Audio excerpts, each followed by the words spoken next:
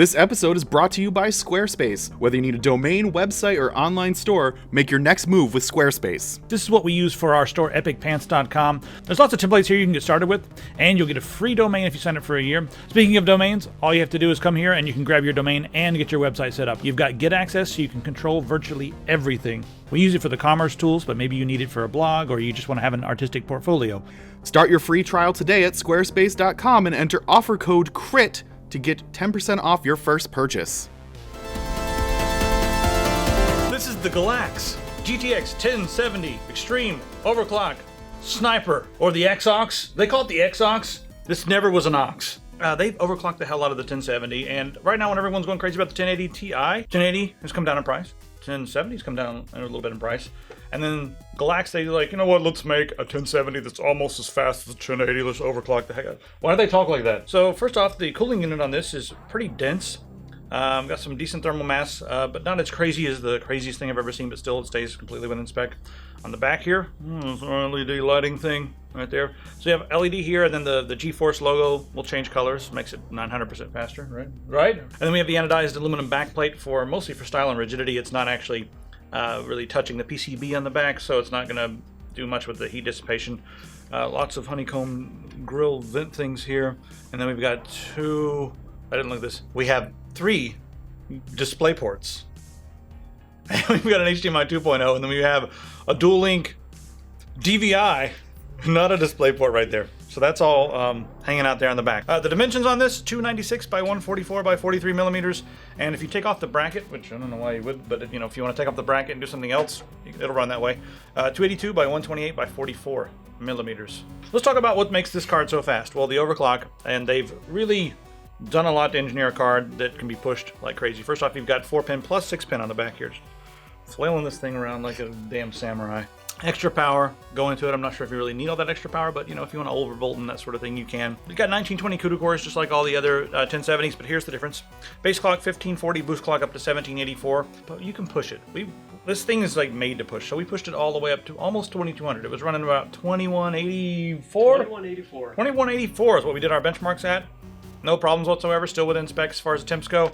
You've also got your 8 gigabytes of memory running at 8 gigabits per second. And that can be pushed a little bit, but not quite as much as the frequency.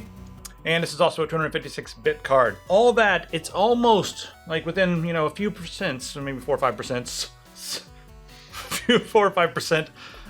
It's 4 or 5% slower than the stock 1080, which is awesome for a card in this price point. So let's go over to Josh and take a look at some of these benchmarks here. Lots of numbers. We're so old school. We've even gone past the Excel sheet. Now we're just doing on paper. And in most games here, we're seeing a lot of performance very, very close to a 1080. Instead of doing min-max average, we're doing average frame time, then 1% lows. A lot of people want those 1%. Those are the very, very few frames that show at that frame rate, but they are huge when it comes to looking at the game in a stability standpoint. Those are going to be the big screen tears. Those are going to be the massive, ugly look and sort of like texture ripping. Back to the page. In Shadow of Mordor, at 1080p, 113 at 4K, 40 FPS, frame times of 10 and 26, and a 1% lows in 4K, just under 30 FPS, probably not very playable. But in 1080p, just under 60 FPS, that's very playable. Arma 3, yes, we're continuing to test Arma 3 because it slaughters systems and people want to play DayZ and they're roughly the same engine.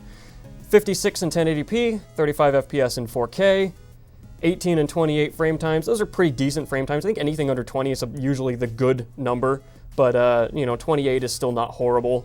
But then you look at your 1% lows, 25 and 27. Yeah, Arma 3 is just always unstable. You really can't do much about it, but it will look okay at 1080p. In fact, I really didn't see the 1% lows as much as I did in any other game.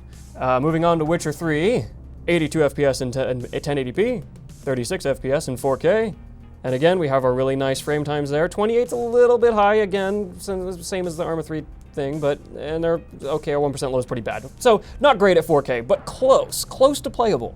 In 1080p, very playable. Oh, and we also ran 3D Mark, because we're testing graphics cards. Why not run 3D Mark? This is our overall score, is 15,599, and our graphics score of 18,410. At 1080p, this thing slaughters, and it is totally capable of 4K gameplay. Again, our sample overclocked to 2184, incredibly fast. It comes clocked out of this box with a sort of adjustable turbo, as NVIDIA's turbo works differently, to about 2 gigahertz exactly. When you're under full turbo, under good temperatures, 2 gigahertz.